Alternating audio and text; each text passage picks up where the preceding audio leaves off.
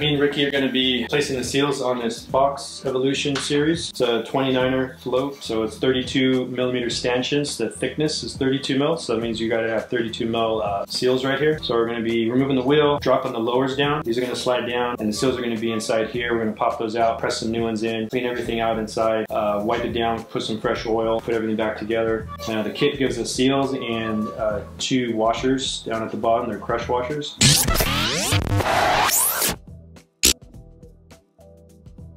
Always check with your manufacturer, but they'll say if you want to do a seal or fork service every 30 hours or 60 hours of ride time. So we got safety glasses on. We're going to be releasing the air out of there, taking the air cap off. It's a Schrader valve, and just depress it, make sure all the air is out, and then we'll continue. Safety first.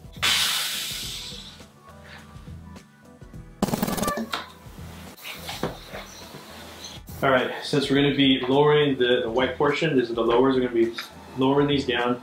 We're going to have to disconnect our brake here. So we're going to disconnect the caliper with the 2 bolts here. And we're going to disconnect our little, I think it's like a 2 millimeter bolt right there that's holding the cable housing. So we'll do that. There's going to be a 5 millimeter for those 2. And go and press that one. Okay. Let's see if that's big enough. Yep. I'll hold it.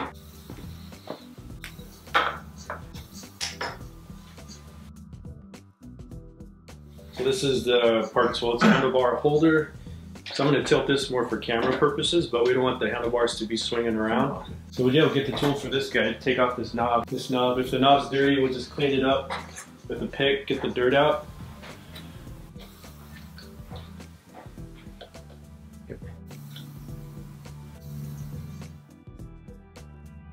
Just break those loose, just crack it open, break it loose. That's good, and then break the other one loose. And then we're gonna get a bucket, get ready, because as soon as we unloosen those, it may start to want to leak. As soon as those are off, we're gonna lower the white portion, the lowers. And then we start taking things apart, like the fork legs, we got the bolts, the rebound button, we're gonna put them down on some, whatever, a mat or something, line them up, put them in order, so we know which is left leg, right leg. So there is 2 bushings that came out. Usually the bushings, if they're not in here, they're going to be here and here. So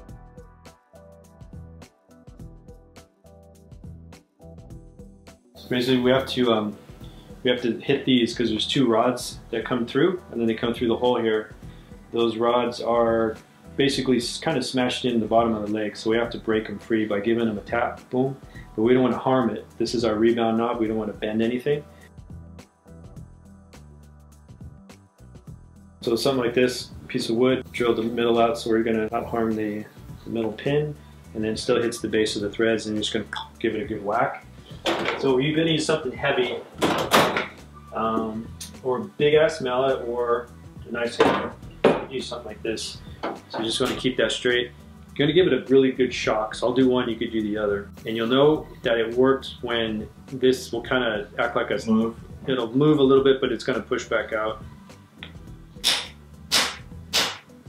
So we put the bolt back on, and then we put a socket on top of it, just trying to protect the stud. So you can go ahead and smack it.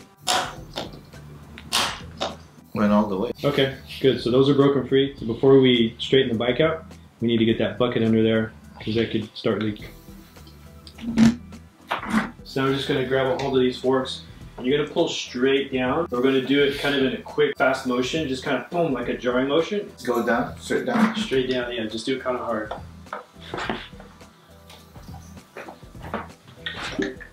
No, like butter, huh? Mm-hmm. And then we're just going to, we'll just wipe these down. We'll get some isopropyl alcohol, some blue paper towels. That's good. But it's looking pretty good. We see yellow here, that's the oil. So this one's not too dirty. You usually see it, it'll be dark brown or almost black. If it's black, it's real dirty, but this one's not too bad. So you can kind of get an idea what it looks like once you crack it open. Alright, so we're going to be cleaning the inside. Again, we use some paper towels, squirt some isopropyl alcohol in there that I just put over there. Got a different variation of sticks here, so if the paper towel gets stuck, we can come in through the bottom, push it back out. So for the seals here, we're going to be popping these out. We can use a variation of tools. Of course, we don't want to harm, scratch, or dent, the paint or the metal. So you can either try some good sized tire levers that have plastic on it. Basically, just come in trying to catch the bottom of the seal and just basically flipping it up like that. Some videos they show the guys using a regular wrench. You know, maybe the bigger wrench the better. This is a 17 mil. Of course, it's metal. You got to be careful. You don't want to scratch the inside of your stanchion tube here or your lower. Basically, same thing. Catching the bottom of that seal and just flipping it up just like that. Sometimes they'll pop right out. So we'll try something really easy first. We're just going to try a Pedro's tire lever. I'll let you try that. Try one or the other. Try them both. See if one of them pops out easy. If not, then we'll move to a different tool.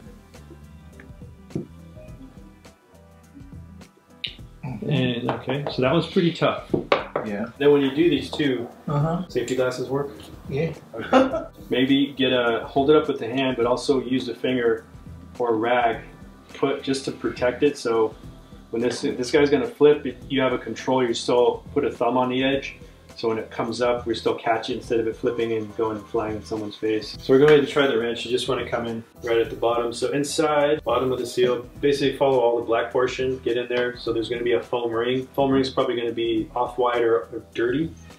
And we don't want to push too far and scratch the edge here. We're just going to push down, flipping this guy up. I'm going to keep a thumb here so this seal doesn't go flying out. I'm just trying to create some good stability.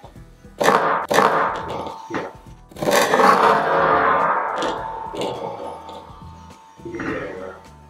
Just like that's what not to do, but that came out, everything's okay. I got a nice rubber mat. So here we got the seal, and there's a foam ring that I was sitting just underneath it, just like that. So when we come here, we're getting just underneath that seal, just like that. Cool, go ahead and try the other one.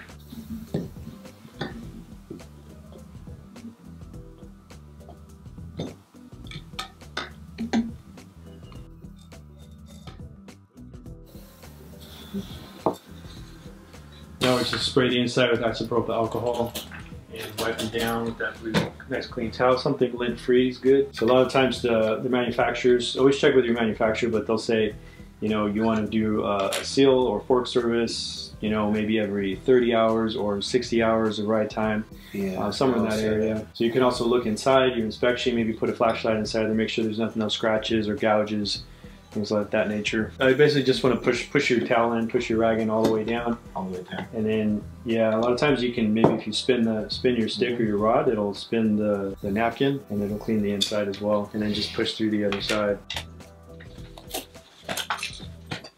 After cleaning, we just reverse order, ready to install the new seals. Cool, so after that's all clean, we'll go ahead and open up our new bag of seals right there.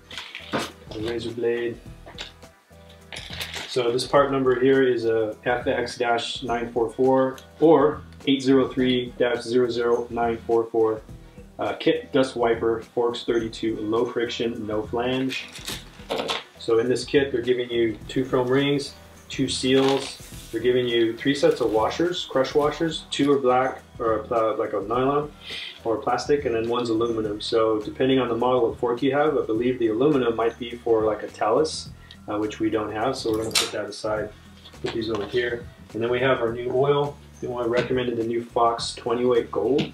So we're going to fill up a little cup, and then we're going to soak our foam rings, get those nice and juicy, and then we'll go ahead and start that install. It says here 60% alcohol.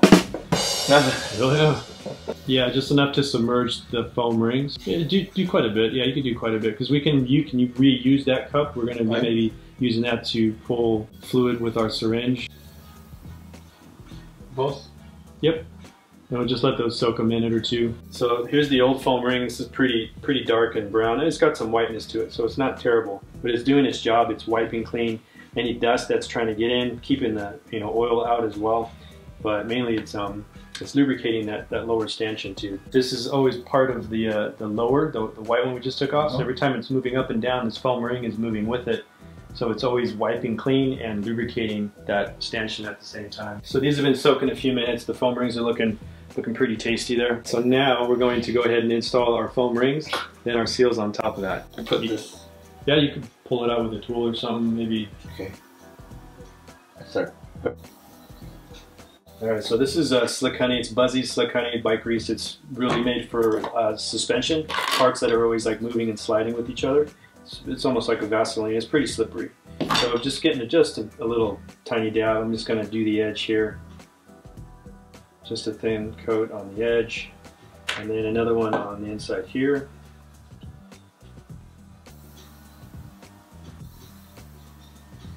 Alright, so we got the top portion of the seal, bottom, that's the top.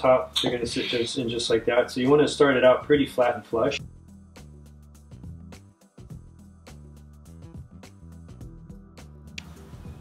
If you're worried about the bottom of the fork getting damaged, you're going to go ahead and put it on something soft like some foam or some rubber or something like that, so when you do your pounding, you're not going to do any damage.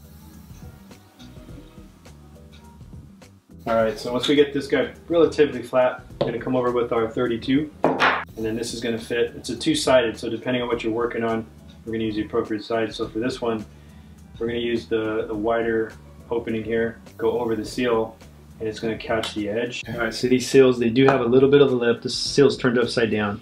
This is the old one, but there is a lip right there. A lot of times that will catch on your fork, so it'll help it stop and go to a certain depth. But not all of them have this, but it still will be easy to blow past it if you hit this hard enough, so be careful. So with these, we're just, I think we're going to go flush. The top edge of this rubber seal is going to be flush with the white metal. And we don't want to go down too far because it's very easy to go down and then you could smash your foam ring. So keep an eye on that. The little lip is just becoming flush with the white. So just if you did take your spring off, go ahead and put your spring back on so you don't lose it. The springs for those are very good for just creating tension and squeezing the leg, keeping dust out. So inside the fork seal, we found that there's something loose in there. We're gonna go ahead and pull that out. Yeah, so that little black O-ring, that is it's like our sag ring. So that's gonna go back onto the fork. So, but it was hiding inside the seal, just so you know. We're gonna go ahead and use some more of that slick honey. Get a little bit on the finger, just a little dab, and then we're gonna put it just on the inner edge of the seals, right where it's gonna make contact with the stanchion tubes when we go back to reinstall it. That way it's not dry and it's gonna slide right on. So before we forget, we're gonna go ahead and put that black O-ring on. We're gonna slide it on the stanchion. You can put it on any leg, but I think usually they come on. That one's on the left. Mm-hmm. Yeah, they're always on the left, but you can put it wherever you want. Yeah. And yeah, just get the bottom edge too, because that edge is the first thing coming in contact with our seals. All right, so at this point, we're ready to slide these guys back on. So there's a little bit of a technique. As long as you get the right angle to get, because you have to work both legs at the same time, and just find the right spot and then just slide them on up.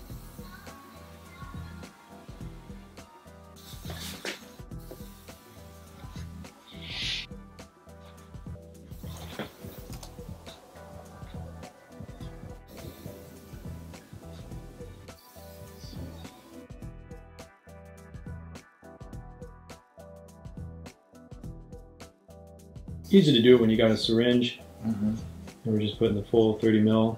In this particular model, 30 and 30 on each side. There you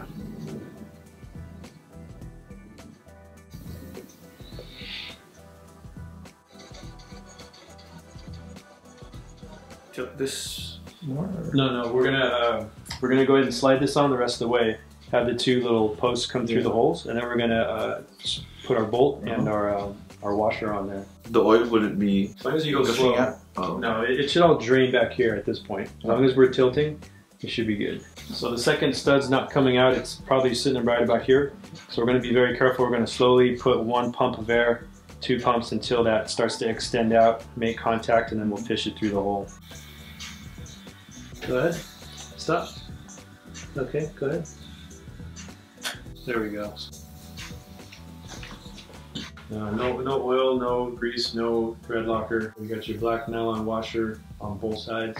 It's a non-talus fork, so we're using two black brush washers. Get them started finger tight, and we'll go back with a torque wrench. I believe the torque setting for these is somewhere between 5 to 7 Newton meters. It's pretty light.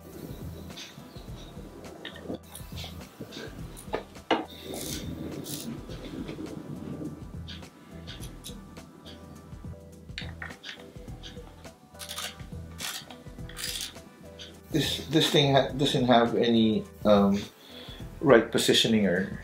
Let's take a look. Yeah, so this little pin, it's got a little wedge on one side. So yeah, it does have a position. So this little screw should touch that one. It's gonna come in on the little wedge of this pin.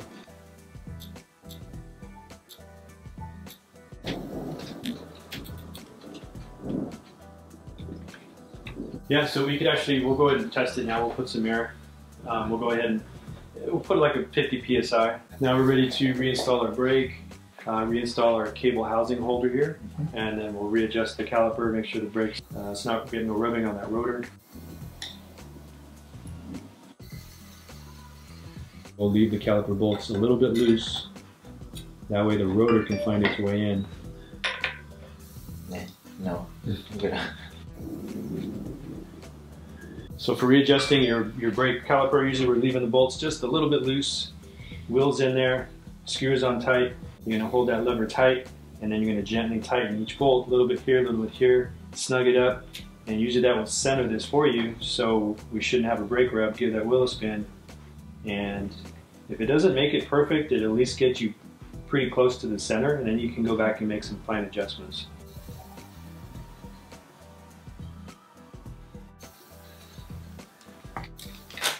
We can do some basic tests with it, even though if you don't have the exact proper air pressure for that rider, you can just, you can press on it, make sure we have compression, real gently, put some pressure down on it. So just by doing that, it should feel pretty good.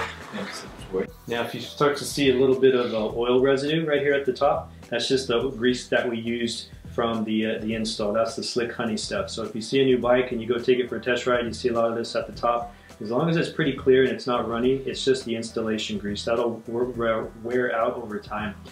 It's when you have a lot of drippage happening, seepage down, that means that probably the seals have gone bad, but not in this case. So we did the one test. We did the compression. The compression feels pretty good. And we're going to put it, if you have a lockout on your fork, or we're going to climb, so it should feel a little stiffer. So we're going to do the same thing. Push it down, try and compress. So it's feeling pretty stiff, so that's pretty good. We're going to go to trail, and we should get a little bit of movement. Yeah. And then we go back to descend, and we should have lots of free movement. Yeah, so that's good. And the next thing we can do, we can double check, the rebound. We got the rebound knob down on the bottom. So usually if you don't know how to operate the rebound, we can go ahead and tighten it. It's clockwise, so when things are different upside down, but I'm going to go clockwise, tightening, and you can we'll go all the way, max it out. Don't need to tighten it tight. As soon as it stops, go ahead and stop. So when you're tightening, you're going to slow down your rebound. So after it compresses, it's going to open up really slow. So that's too slow, but we're going to do a test. I'll go ahead and give that a push, and then let it come back up. Try and push down as hard as you can.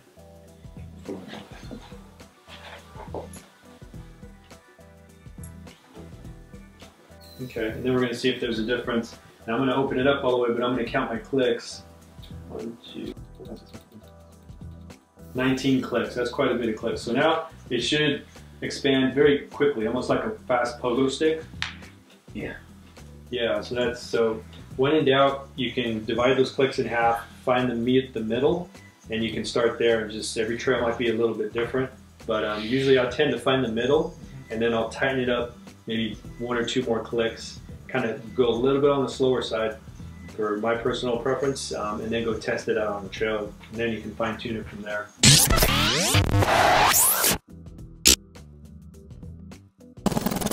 Poke it out. Poke it. Okay.